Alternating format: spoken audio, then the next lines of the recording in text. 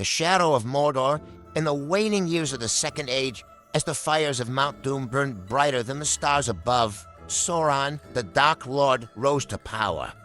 A shadow crept across Middle-earth, stretching from the desolate plains of Gorgoroth to the verdant glades of Eregion.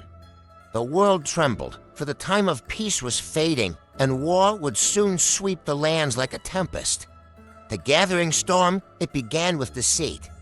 Sauron, cloaked in a fair guise, came to the Elves of Eregion, who dwelt near the misty mountains under the leadership of Celebrimbor, the master smith of the Noldor. Naming himself Annatar, the Lord of Gifts, he offered secrets of craft and lore, promising to teach the forging of great works. Together, they created the Rings of Power, but Sauron, in secret, forged the one ring within the fiery depths of Mount Doom.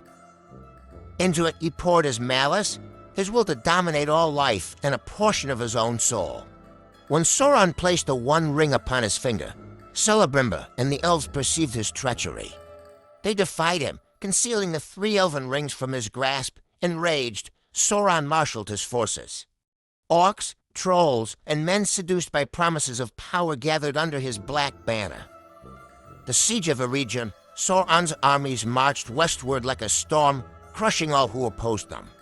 The fair land of Eregion was the first to fall. Celebrimbor, wielding Narvi's blade, stood at the gates of Ostinetl, his city, rallying his warriors against the tide of darkness.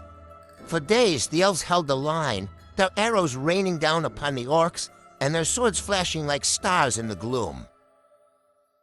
But Sauron himself led the assault, towering above his minions, clad in blackened steel and wielding his dreadful mace. He broke the gates of the city with a single blow.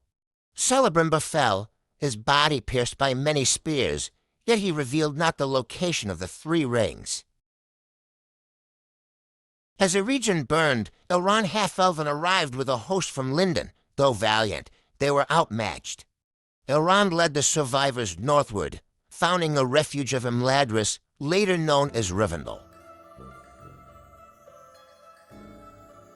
The last alliance, Sauron's dominion spread.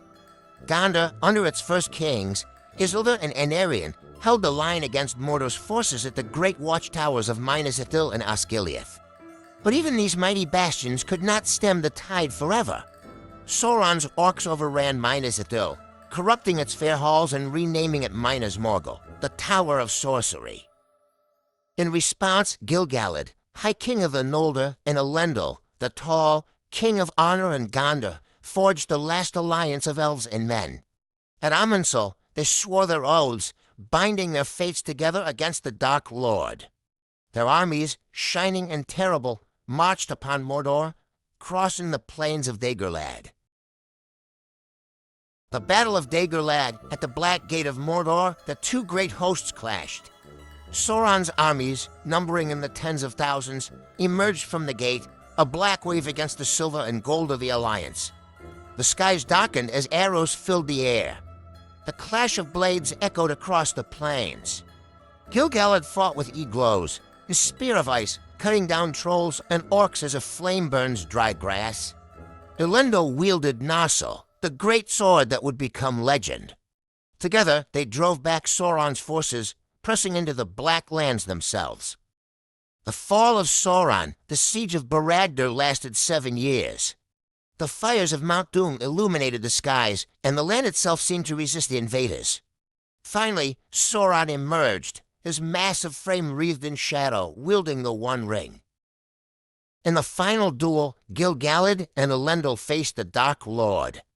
Though they fought valiantly, both perished, their bodies broken beneath Sauron's might. Yet, in that moment of triumph, Isildur, Elendil's son, took up the shards of Narsil. With a desperate strike, he cut the One Ring from Sauron's hand. Sauron's physical form was destroyed, and his armies scattered. Yet the ring endured, a fragment of his power that would one day rise again to threaten Middle-earth. The victory of the last alliance was bittersweet. Though Sauron was defeated, the cost was great. The elves, their numbers diminished, retreated into their hidden realms.